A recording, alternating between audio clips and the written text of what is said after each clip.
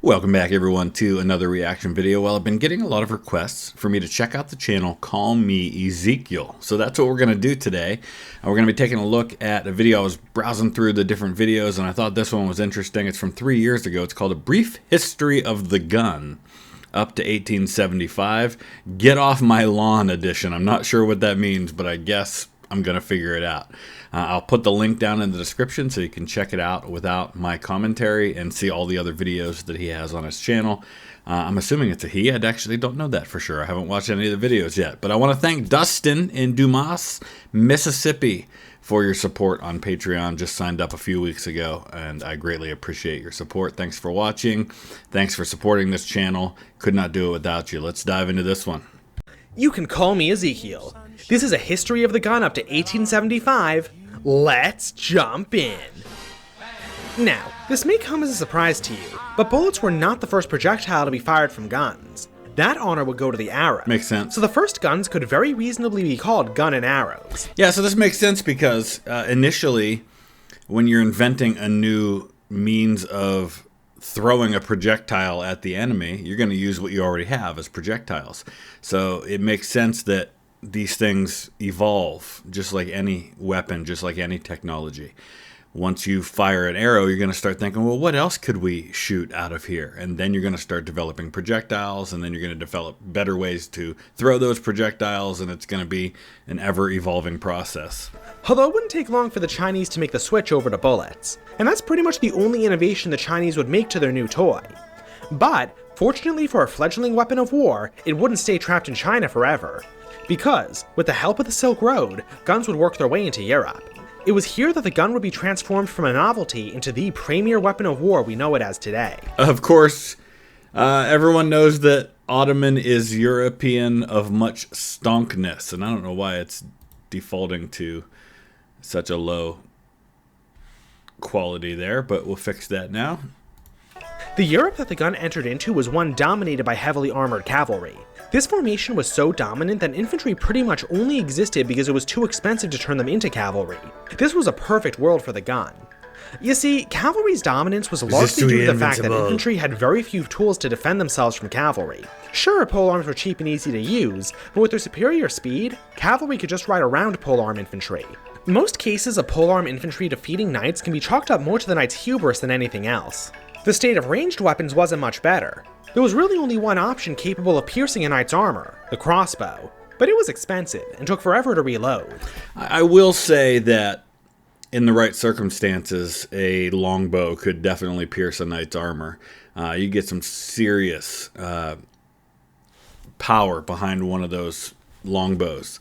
Though the crossbow certainly was the best weapon against that. And so again, what you're seeing here is this is the way things go throughout history when it comes to weapons and tactics. Your enemy has a weapon that's superior to what you have, so you have to come up with something that's superior to that. It's the ever-changing game of rock, paper, scissors. And then once they come up with that, you have to come up with that same weapon and then figure out a tactic that's going to give you the edge when both sides have the same weapons. So tactics and weapons are constantly evolving to outdo the opponent. Well, there was also the English longbow, but that had its own problems. The main one being that longbowmen took a lifetime to train. That's true. This was before kings were rich enough to hire full-time soldiers. And it's not just about training, it's about developing that. And they can actually, they can look at the skeletons of people from the medieval period and tell that they were an archer because they can see how the strength was developed in the arm that was pulling back the bow. So just paying people to learn to use it wasn't an option. The only reason the English and Welsh were able to field longbowmen was because both countries had unique social structures that allowed their populations to train themselves. But the gun barely had any of those problems.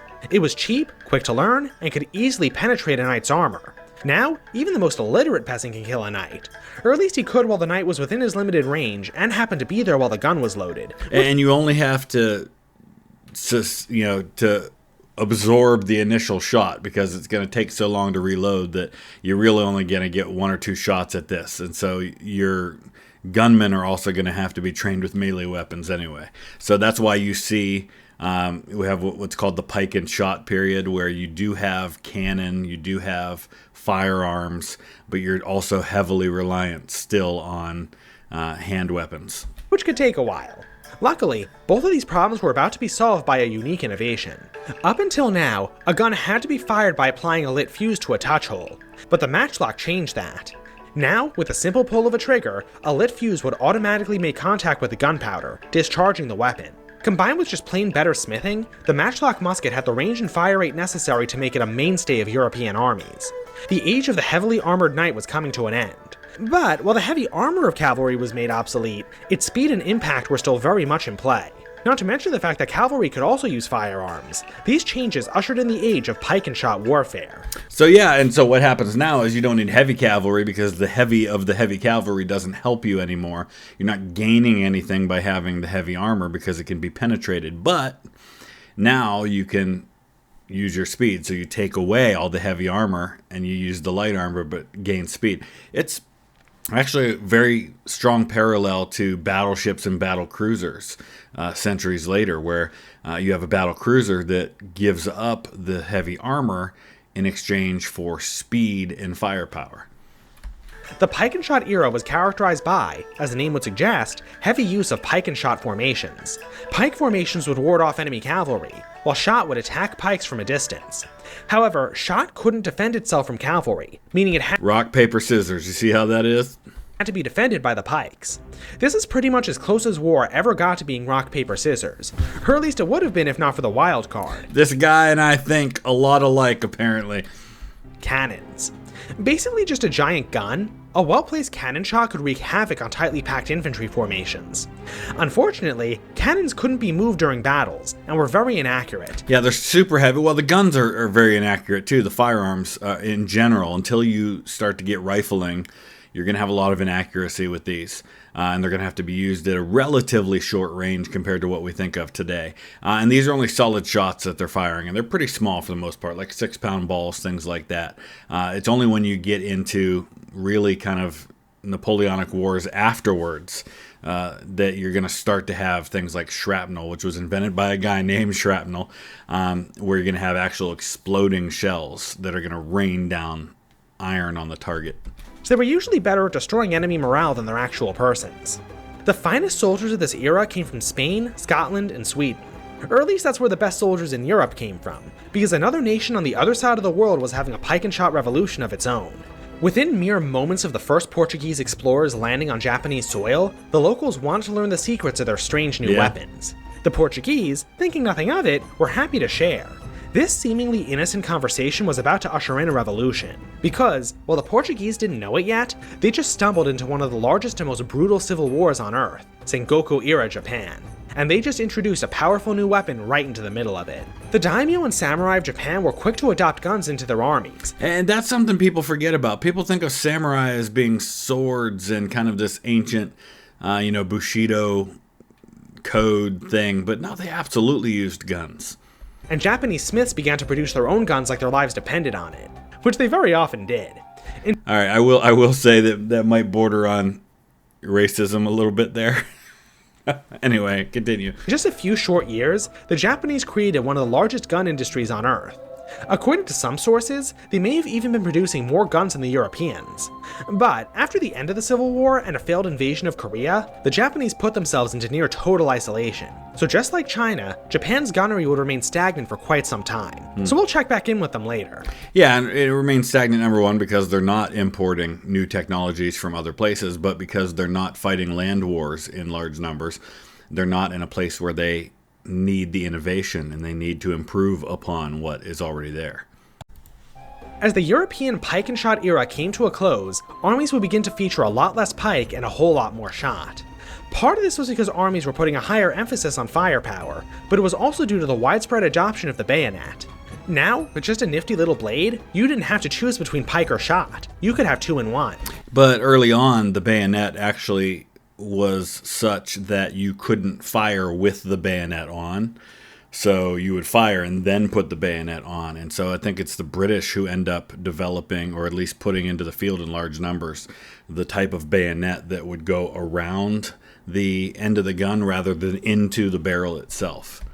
But the first bayonets had a problem.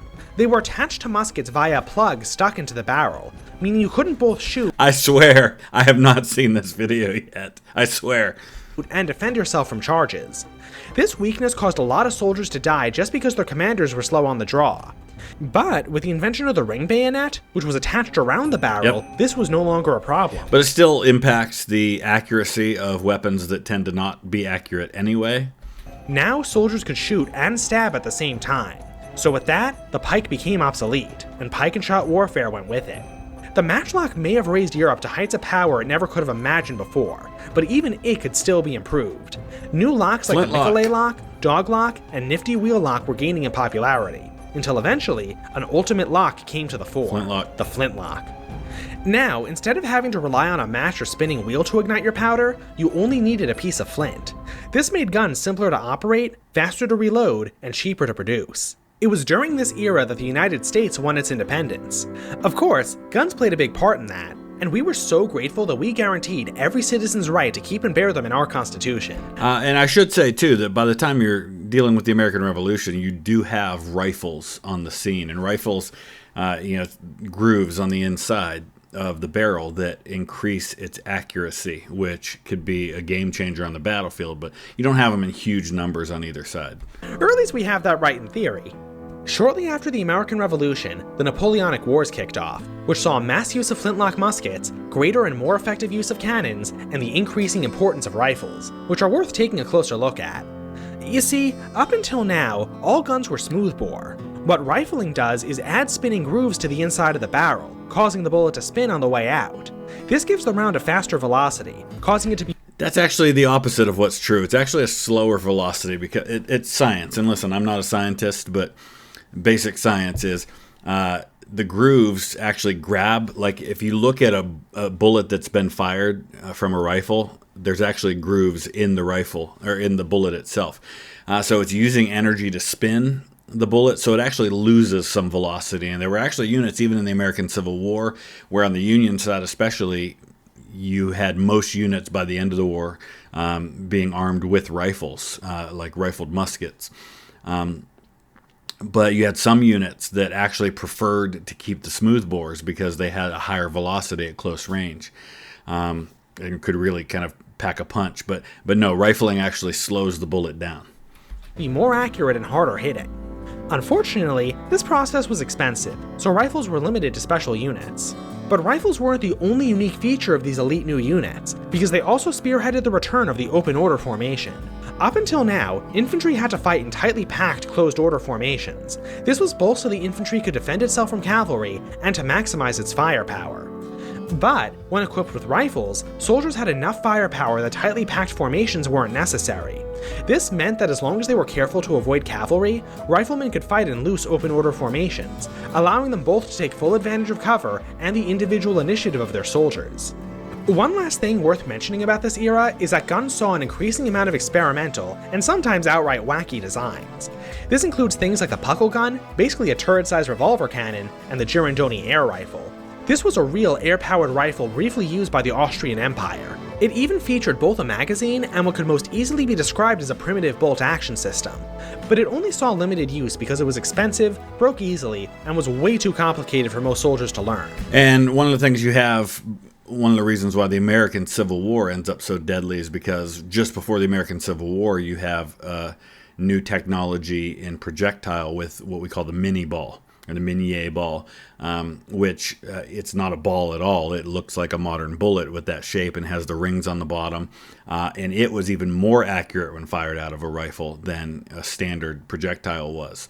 And that made the American Civil War especially deadly when it came to accuracy on the battlefield. And that's why the tactics had to change as the war progressed. And then you're going to start getting into breech loaders, which allow you to load from back here instead of having to put the gun down and then load from the top.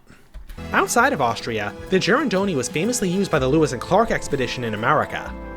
Now, while many of these inventions were of limited value, they'd eventually lead to an actually useful development, the percussion cap, which replaced the flintlock both because it was more reliable and faster to load. In fact, it was so much better that many flintlock weapons were refitted to take percussion caps during the early 1800s. So since we've reached the early 1800s, let's check back in with Asia. So the percussion cap is literally just a little cap, and so when you would see guys load, you're loading the projectile, and then you have the percussion cap that goes on, and so you would have a cap box and a artillery or like a box for your rounds, and so you would use one of each time you fired. You just replace the cap, stick it on there, and when you pull the trigger, that hammer comes down on it, and that causes the spark that ignites the powder instead of having to use flint. While the Japanese remained in near total isolation, the Chinese were becoming increasingly aware of the vast superiority of European gunnery. But a combination of corruption, xenophobia, and just plain apathy meant the Chinese wouldn't really do anything about it. Even though they invented the whole process in the first place. As far as they were concerned, superiority in numbers and will would overcome any technological differences. Not when there's a machine Compounding gun. this was China's new dynasty, the Qing. Descended from cavalry-oriented Manchurians, the Qing intentionally stifled the adoption of the gun into the armed forces.